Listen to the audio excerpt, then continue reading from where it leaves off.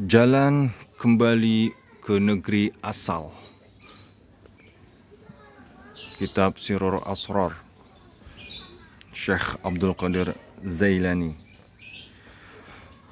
Bismillahirrahmanirrahim. Assalamualaikum warahmatullahi wabarakatuh. Alhamdulillah. Arsala rasulahu bil huda wa dinil haqq liyuzhirahu ala dini kullih wa kafa billahi syahida. Asyhadu an la ilaha illallah wa asyhadu anna Muhammadar abduhu wa rasuluh. Allahumma shalli ala sayyidina Muhammad wa ala alihi wa sahbihi wa man tabi'ahu wa man walah. Amma ba'du.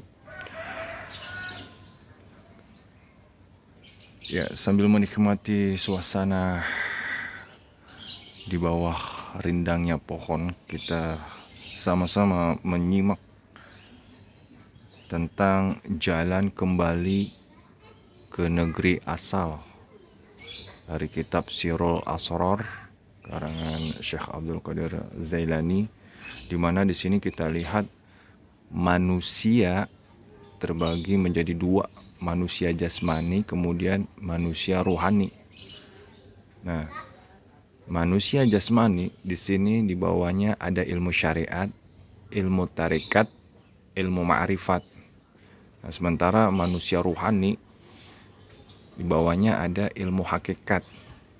Turunan dari ilmu syariat di sini ada surga ma'awa di alam mulk. Kemudian ilmu tarekat ada surga naim di alam malakut. Ya, jadi ilmu syariat ada surga ma'wa di alam mulk. Di ilmu tarekat ada surga naim di alam malakut. Kemudian di ilmu ma'rifat ada surga firdaus di alam jabarut. Nah, sementara manusia rohani di sini di bawah ada ilmu hakikat. Kemudian turunannya kedekatan dengan Allah di alam qurbah atau alam lahut. Ya. Baik, sama-sama kita menyimak tentang kajian isi kitab Sirrul Asrar ini. Manusia ada dua macam, manusia jasmani dan manusia rohani. Manusia jasmani adalah kaum awam, sedangkan manusia rohani adalah kalangan khusus yang akan mendatangi negeri asal, yaitu alam qurbah, kedekatan dengan Allah Subhanahu wa Ta'ala. Kembalinya manusia jasmani ke negeri asal berarti masuk surga karena mengamalkan ilmu syariat, tarekat, dan ma'rifat tanpa riya dan sum'ah. Surga itu ada 3 tingkatan. Pertama, surga di alam mulk, yaitu surga ma'wah. Kedua, surga di alam malakut, yaitu surga naim. Ketiga, surga di alam jabarut, yaitu surga firdaus. Semua ini merupakan kenikmatan jasmaniah. Manusia tidak akan mencapai ketiga alam ini kecuali hanya dengan 3 ilmu, yaitu ilmu syariat, ilmu tarekat, dan ilmu ma'rifat. Sebagaimana yang disabdakan Rasulullah SAW, al-hikmatu jami'atu ma'rifatul haqqi wal amalu biha ma'rifatul batini. Hikmah yang sempurna adalah mengenal Allah, ma'rifat al-haq, sementara pengalamannya adalah ma'rifat batin. Allahumma arinal haqqa haqqa warzuqna tiba'ah wa arinal batila batila warzuqna istinabah. Ya Allah, tunjukkan kepada kami bahwa yang benar itu benar dan anugerahi kami kemampuan untuk mengikutinya, dan tunjukkanlah bahwa yang batil itu batil dan anugerahi kami kemampuan untuk menghindarinya.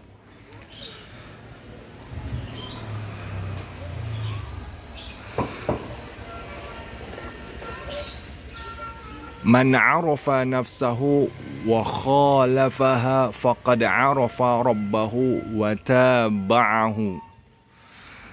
Barang siapa yang mengenal nafsunya dan melawannya, maka sungguh ia telah mengenal Tuhannya dan mengikuti jalannya.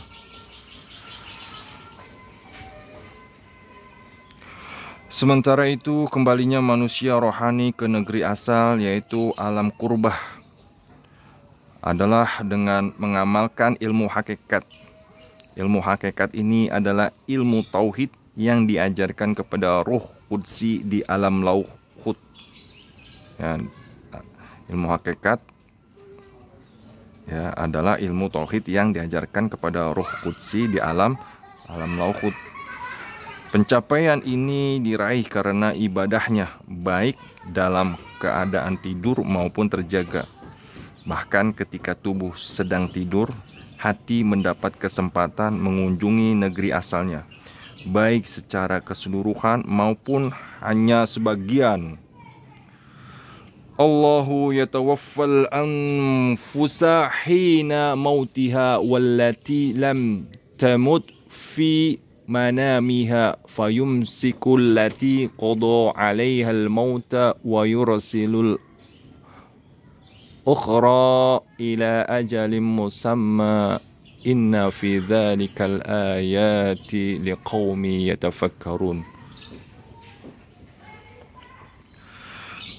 Allah memegang jiwa manusia ketika matinya dan memegang jiwa manusia yang belum mati di waktu tidurnya. Dia menahan jiwa yang telah ditetapkan mautnya dan melepaskan jiwa yang lain sampai waktu yang ditentukan. Sesungguhnya pada yang demikian itu terdapat tanda-tanda kekuasaan Allah bagi kaum yang berfikir. Surah Al-Zumar, surah ke-39 ayat 42. Itulah sebabnya Rasulullah SAW pernah bersabda, "Naumul alimi khairun min abadatil jahili." Tidurnya orang alim lebih utama daripada ibadahnya orang bodoh, ya. Ya, jadi ibadatul alim khairun min ibadati jahil, gitu ya.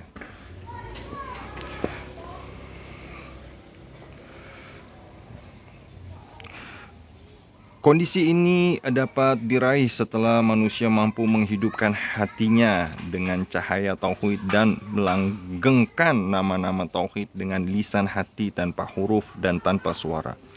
Demikian yang difirmankan Allah dalam hadis qudsi berikut ini.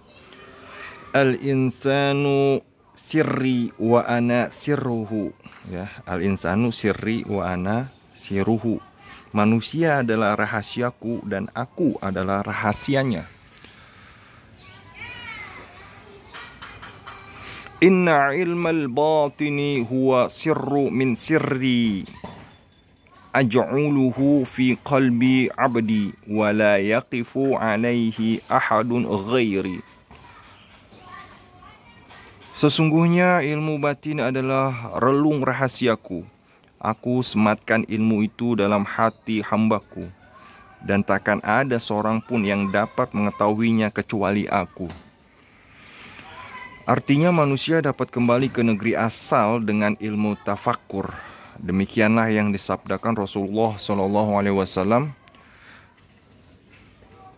Tafakkuru sa'atin khairun min ibadati sab'ina sanatan. Tafakkur sesaat lebih utama daripada ibadah 70 tahun. Hadis riwayat Ibnu Hibban.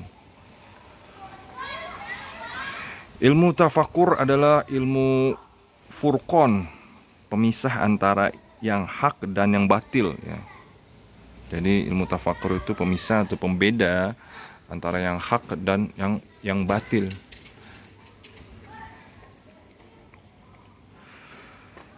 Itulah ilmu tauhid. Dengan ilmu tauhid seorang arif akan mencapai zat yang dia kenali dan dia cintai, yaitu Allah Subhanahu wa taala. Dengan ilmu ini seorang arif mampu terbang dengan ruhaniyah ke alam qurbah atau alam lauhut. Jadi seorang arif terbang menuju alam kurbah, sedangkan ahli ibadah berjalan menuju surga.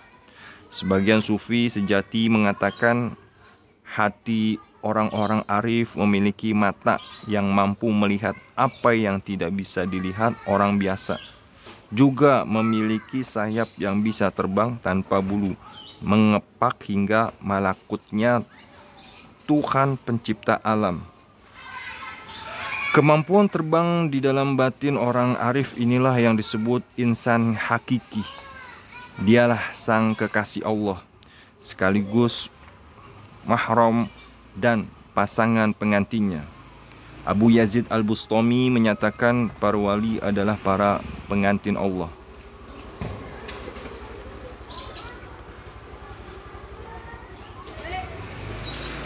Tidak ada yang dapat melihat para pengantin itu selain hanya para mahram. Mereka tertutup di sisi Allah karena terhijab sisi kemanusiaannya. Tak ada seorang pun yang mampu melihat para pengantin itu baik di dunia maupun di akhirat kecuali Allah Subhanahu wa taala. Auliyai tahta qibabi la ya'rifuhum ghairi. Para waliku bersemayam di bawah kubah-kubahku. Tidak ada yang mengenali mereka selain aku. Dan manusia tidak melihat sisi luar pengantin kecuali perhiasannya yang tampak. Yahya bin Mu'az Ar-Razi menyatakan wali adalah wewangian Allah Subhanahu wa taala di muka bumi. Tidak ada yang mampu mencium aromanya kecuali para sidikun. Ketika aroma wangi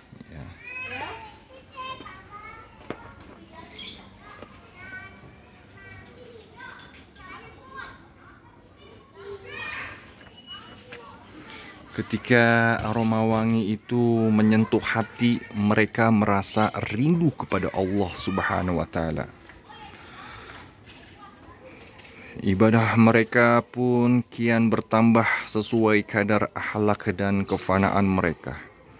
Karena bertambahnya kedekatan seseorang kepada Allah Subhanahu wa taala itu diraih dengan menambah kefanaan diri di hadapannya. Dengan demikian, seorang wali adalah orang yang ada dalam keadaan fana, lebur diri, dan selalu musyahadah kepada Allah Subhanahu wa taala. Dia tidak memiliki kemampuan memilih dan tidak memiliki tempat tenang baginya kecuali Allah. Seorang wali dikuatkan dengan berbagai karomah. Karomah-karomah itu ditutupi oleh sang wali dan dia tidak akan menyebarluaskannya. Sebab menyebarluaskan rahasia ketuhanan adalah sebentuk kekufuran. Demikian dinyatakan oleh penulis kitab Al-Mirsyad. Para pemilik karomah semuanya mahzub, terhalangi tabir. Karomah itu laksana haid bagi kaum laki-laki. Wali Allah memiliki 1000 makom. 1000 makom atau 1000 kedudukan. Makom yang pertama adalah karomah. Barang siapa yang berhasil melewatinya niscaya akan mudah naik ke tingkat berikutnya. Ya, inilah pembahasan kita tentang jalan kembali ke negeri asal, kitab Sirul Asrar. Rahasia di balik rahasia menemukan hakikat Allah, Syekh Abdul Qadir Zailani. Mudah-mudahan bermanfaat dan kita bisa mengambil hikmah, setidaknya mengetahui yang perlu kita ketahui. Ya, assalamualaikum warahmatullahi wabarakatuh.